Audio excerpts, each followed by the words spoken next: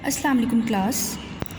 आज का जो हमारा लेक्चर है which is about basis of classification, page number 33।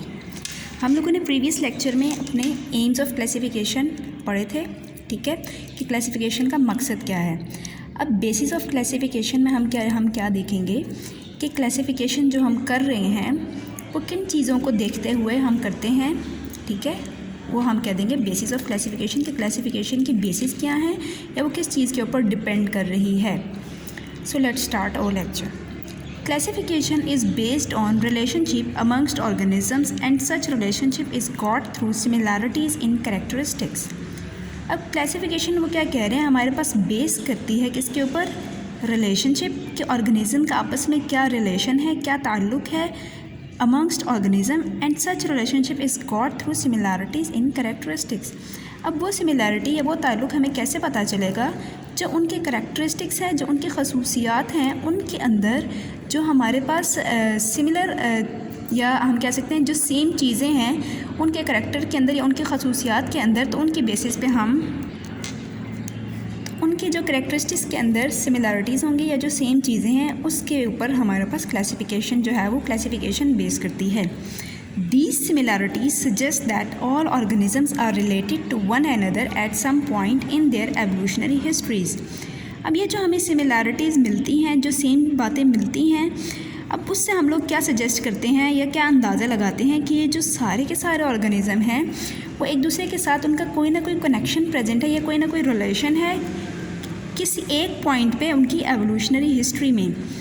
अब एवोल्यूशनरी हिस्ट्री क्या है, वही जो हमने कल वाले लेक्चर में भी पढ़ा था एम्स ऑफ क्लासिफिकेशन में, कि ऑर्गेनिज़म जो है अपने एंसेस्टर्स से रिलेटेड हैं, वहीं से डिराइव होके या वहीं से जो है उनके अंदर मॉडिफिकेशन होके वो आगे से होकर आते हैं। तो एवोल्यूशनरी हिस्ट्री में जो है वो कहीं ना कहीं एक दूसरे से सिमिलर होते हैं, तो उसी सिमिलैरिटीज़ की बेस पे जो है हम ऑर्गेनिज़म को एक दूसरे से क्या कर देते हैं, रिलेट कर देते हैं या कनेक्ट कर देते हैं। However some organisms are more closely related than others.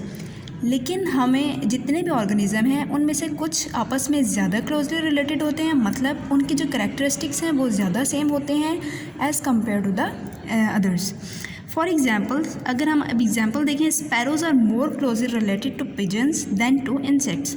अब अगर हम एक स्पैरो को एग्ज़ाम्पल लिया उन्होंने कि स्पैरो जो चिड़िया है हमारे पास वो ज़्यादा क्लोजली रिलेटेड है किससे, उसके करैक्टर ज़्यादा सिमिलर हैं पिजन से एज़ कम्पेयर टू द अगर हम इंसेक्ट्स देखें, जो नॉर्मल इंसेक्ट्स हैं हमारे पास, जैसे फ्लाई है, मॉस्किटो है, ठीक है। It means that the former two have common evolutionary histories.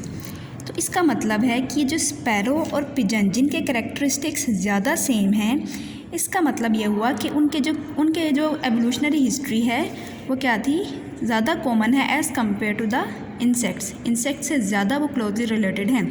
अगर हम देखें अब इंसेक्ट्स कैसे रिलेटेड हैं स्पैरोज़ के साथ, अब स्पैरोज़ वगैरह बर्ड्स हैं वो भी फ्लाई करते हैं और हमारे पास जो इंसेक्ट्स हैं ये भी फ्लाई करते हैं, ठीक है। तो इसके अब हम लेकिन जो स्पैरोज़ हैं उनके फैदर्स होते हैं और इंसेक्ट्स के फैदर्स उस तरह के नहीं होते, ठीक है। लेकिन पिजन्स के पास फैदर्स हैं हमारे पास, तो इनकी जो अपीयरेंस है या जो इनका अगर हम ज़ाहिरी देखें तो स्पैरोज़ जो हैं वो ज़्यादा हमें सिमिलर नज़र आती हैं पिजन्स से as compare to the insect, ठीक है। तो इस बेस पे हम कह सकते हैं कि जो स्पैरो और पिजन है हमारे पास, उनका जो एंसेस्टर था वो ज़्यादा क्लोजली रिलेटेड है, वो एक ही एंसेस्टर से आगे मॉडिफाई होकर डिराइव हुई हैं as compare to the insects.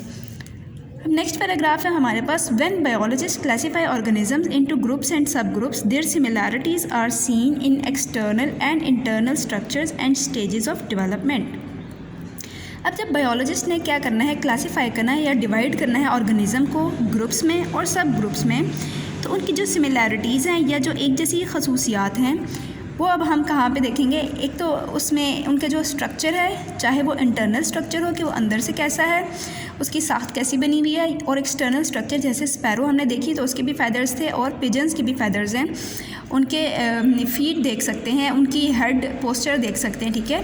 तो जो एक्सटर्नल और इंटरनल स्ट्रक्चर हैं दोनों हम वो देखते हैं। एंड स्टेजेस ऑफ डेवलपमेंट से क्या मुराद है कि जब हमारे पास डेवलपमेंट हो रही है या जब हमारे पास स्पैरो का न्यू बॉर्न बेबी होता है तो उसके दरमियान में जब न्यू बॉर्न बेबी, तो जो न्यू बॉर्न बेबी स्पैरो है, जो छोटा सा बच्चा है चिड़िया का, वो एकदम से चिड़िया का बच्चा नहीं बन जाता। पहले हमारे पास एग होता है, ठीक है। जो स्पैरो है, फीमेल स्पैरो, वो एग ले करेगी। उसके बाद उसके अंदर मैनी डेवलपमेंटल स्टेजेस आते हैं। पहले वो सेल डिवाइड करता है, फिर वो मज़ीद डिवाइड करता है। डिवीजन होते होते उनके अंदर ऑर्गन्स बनते हैं जो स्पैरो के अंदर आएंगे, ठीक है। उन ऑर्गन के बाद फिर आगे फर्दर ऑर्गन सिस्टम बनते हैं। फिर ऑर्गन सिस्टम के बाद हमारे पास जो है एक इंडिविजुअल, जो एक स्पैरो बेबी हमें बाद में नज़र आता है जब एग हैच करता है। उससे उस तक जो है हमारे पास बहुत ज़्यादा दरमियान में प्रोसेसेस हैं। अब उन प्रोसेसेस को हम देखते हुए, अब हर ये जो डेवलपमेंटल, हम इनको कह देते हैं डेवलपमेंटल स्टेजेस। अभी हर ऑर्गेनिज्म के डेवलपमेंटल स्टेजेस जो हैं वो डिफरेंट होते हैं as compare to the others, ठीक है। अब हमारे पास जो पिजन और स्पैरो है, अगर हम उसके डेवलपमेंटल स्टेजेस देखें तो वो आपस में ज़्यादा सिमिलर होंगे। मतलब ये जो जहाँ पे इन्होंने सेल डिवाइड करना है वो आपस में उन एक सेम होंगे एक दूसरे से as compare to the insects. तो हम लोगों ने अगर कोई भी ऑर्गेनिज्म देखना है तो उसके अंदर आप यही देखेंगे कि उसके अंदर जो डेवलपमेंटल स्टेजेस हैं वो आइदर सिमिलर हैं या नहीं। उसके अलावा modern genetics provides another type of information to taxonomist.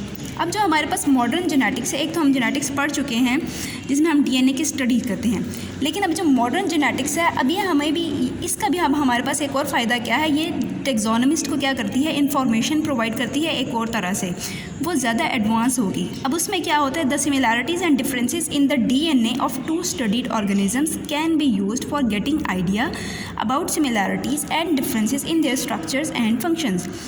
अब हम जो अगर मॉडर्न जेनेटिक्स की बात करें तो इसके अंदर हमारे पास जो सिमिलैरिटीज़ और डिफरेंसेस, जो सेम बातें हैं और जो डिफरेंसेस हैं ऑर्गेनिज्म के अंदर, वो हम कैसे स्टडी करते हैं, उन दोनों का जो डीएनए है हम उसको स्टडी करेंगे। अब जो उन दोनों के डीएनए को हम स्टडी करेंगे, तो अब डीएनए को जब हम स्टडी करते हैं तो डीएनए के अंदर भी जो जीन्स हैं हमारे पास, हमें पता है डीएनए के अंदर क्या होती हैं, हमारे पास स्पेसिफिक सीक्वेंस होता है एक तो न्यूक्लियोटाइड्स का, और साथ में उसके अंदर जीन्स भी प्रेजेंट हैं। तो जो हमारे पास सिमिलर ऑर्गेनिज्म होंगे उनके अंदर एक तो सीक्वेंस ऑफ जो न्यूक्लियोटाइड्स है वो भी सेम होगा, और साथ में जो उसके अंदर जीन्स प्रेजेंट है उनकी पोजीशन भी हमारे पास काफ़ी हद तक सेम होती है। तो उस बेसिस पे मॉडर्न जेनेटिसिस्ट जो होते हैं हमारे पास, वो ऑर्गेनिजम्स को क्लासीफाई कर देते हैं। अब जिनके डीएनए में सिमिलैरिटीज़ ज़्यादा होंगी उनको वो एक ग्रुप में डाल देंगे, और जिनके अंदर डीएनए ज़्यादा सिमिलर नहीं होंगे वो उनको एक सेपरेट ग्रुप में रख देते हैं। Difference in the structure and function, और फिर उसके बाद हम उनको स्ट्रक्चर भी देख लेते हैं कि ऑर्गेनिज्म का स्ट्रक्चर कैसा है जो हमें ज़ाहिरी नज़र आ रहा है, एक्सटर्नल हो या फिर इंटरनल हो। तो ये सारी हमारे पास बेसिस हैं क्लासिफिकेशन के कि किन किन चीज़ों को हम यूज़ करके ऑर्गेनिज्म को क्लासीफाई करते हैं। अब इसको आप लोगों ने इस टॉपिक को याद करना है, और बस थैंक यू सो मच।